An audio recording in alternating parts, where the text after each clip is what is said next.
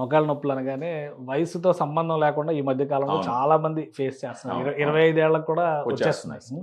కానీ బిగినింగ్ లో, ఎందుకంటే ఏజ్ ఫ్యాక్టర్స్ మనం చూసినప్పుడు 25, 30 ఏళ్ళు, 35 ఏళ్ళకు కూడా కనిపిస్తుంది కాబట్టి బిగినింగ్ స్టేజ్ లో మనం అలాంటి పరిస్థితులు వస్తే నియంత్రించడానికి మార్గాలు ఉన్నాయా? ఉదయాన్నే నిద్రలేయంగానే మోకాలు నొప్పులు వేయడము, ఇండియన్ టాయిలెట్ మీద కూర్చొని లేసినప్పుడు మోకాలు నొప్పులు రావడము, కొంచెం దూరం నడిస్తే మోకాలు నొప్పులు రావడం, కటకట సౌండ్లు రావడము, ఇలా వచ్చినప్పుడు జనరల్ గా జనాలకు ఉన్న ఆలోచన ఏంటంటే, ఒకసారి మోకాలు నొప్పులు వచ్చినాయంటే ఓ అమ్మాయి ఇంక నాకు ఆపరేషన్ చేసుకోవాలా, మోకాలు కోసేస్తారు, ఇంక దానికి పోయేదానికన్నా బదులు ఇదేదో ఈ బాధలే భరిస్తామని చెప్పేసి అశ్రద్ధ చేస్తారు. అది చాలా పెద్ద పొరపాటు సార్ యాక్చువల్ గా. అంటే మోకాళ్ళల్లో ఈ తొడ ఎముక కాలు ఎముక మధ్యలో ఉన్న గుజ్జు ఆర్టికులర్ కార్టిలేజ్ కరగడం మొదలు పెట్టింది కాబట్టి, అది కాకుండా తొడకు ఉండేటటువంటి కండరాలు కొంచెం వీక్ గా ఉంటాయి కాబట్టి అప్పటికప్పుడు నొప్పులు అవి తెలుస్తాయి. సో ఈ సమయంలో మామూలుగా గైడ్ లైన్స్ చెప్తుండేది కూడా, కొన్ని సప్లిమెంట్స్ వాడుకొని ఫస్ట్ చేయాల్సింది ఏంటంటే కణజాలం తొందరగా కరిగిపోకుండా కంట్రోల్ చేయాలి. కొన్ని ఎక్సర్సైజెస్ చేయాలి. ఆ ఎక్సర్సైజెస్ ఏంటంటే తొడ కండరాలు స్ట్రాంగ్ చేసుకుంటూ, కాలు కింద ఉండే కండరాలు స్ట్రాంగ్ చేసుకుంటూ పోతే శరీర భారాన్ని ఈ కండరాలు భరిస్తాయి. అప్పుడు భారం వచ్చి మోకాళ్ళ మీద పడదు, తొందరగా మోకాళ్ళ గుజ్జు అరగదు.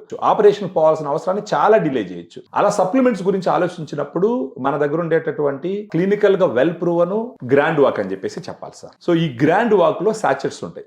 దీంట్లో 8 రకాల సప్లిమెంట్స్ ఉంటాయి సార్. క్లినికల్ ట్రయల్స్ లో ఏ డోసులు అయితే వాడినారో అదే డోస్ లో 8 సప్లిమెంట్స్ ఇవ్వడం జరిగింది. గ్లూకోజమైన్ వచ్చేసి 1.5 grams, chondroitin 1.2 grams, curcumin 1.5 grams, బోసిలెస్టరాటా 250 mg, కొల్లాజన్ 40 mg, పైనస్జాడిన్ bark extract 100 mg, piperine 15 mg, vitamin C 80 mg. So 8 రకాలు హై డోస్ లో ఇచ్చినాం కాబట్టి 7.5 గ్రామ్స్ పౌడర్ రోజుకొకటి నీళ్ళలో పోసుకోవాలి సార్. ఒక 200 ml ఒక పావు లీటర్ నీళ్ళల్లో గ్లాస్ లో కూడా పోసుకొని చేసుకోవచ్చు సార్ యాక్చువల్ గా.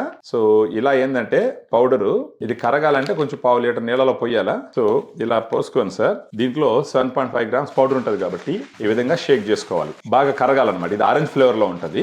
భోజనం తర్వాత, ఉదయం గానీ మధ్యాహ్నం గానీ, భోజనం తర్వాత, రాత్రిపూట అవాయిడ్ చేయమని చెప్తాము. ఉదయం గానీ మధ్యాహ్నం గానీ, భోజనం తర్వాత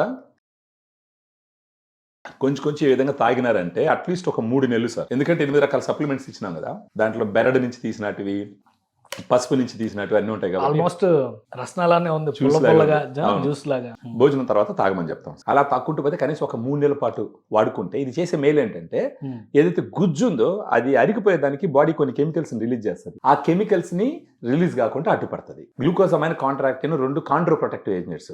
సో ఇవి పోయి ఆ గుజ్జును కాపాడడానికి, ఆ గుజ్జు హెల్త్ ని ఇంప్రూవ్ చేయడానికి, ఆ గుజ్జు ఇంటిగ్రిటీని పెంచడానికి సహాయపడుతుంది. దాంతో పాటు మోకాల్లో ఉన్న వాపుని తగ్గిస్తుంది, ఫ్లెక్సిబిలిటీ పెరుగుతుంది. సో ఈ రకంగా ఒక 3 నెలల పాటు వాడుకుంటే ఖచ్చితంగా మోకాళ్ళ నొప్పులు సిగ్నిఫికెంట్ తగ్గుతాయి. మేబీ 15-20 ఇయర్స్ దాకా కూడా గ్రేడ్ 4 కు పోకుండా కాపాడుకునే దానికి ఆస్కారం ఉంటుంది. అప్పుడు ఈ ఆపరేషన్ చేసుకోవాల్సిన అవసరం కూడా చాలా వీలైనంత వరకు డిలే చేయడానికి స్కోప్, బాగా డిలే చేయొచ్చు. వాడితే కొంచెం అదృష్టం బాగుంటే అసలు అవసరం కూడా లేకుండా నెట్టుకుని రావచ్చు.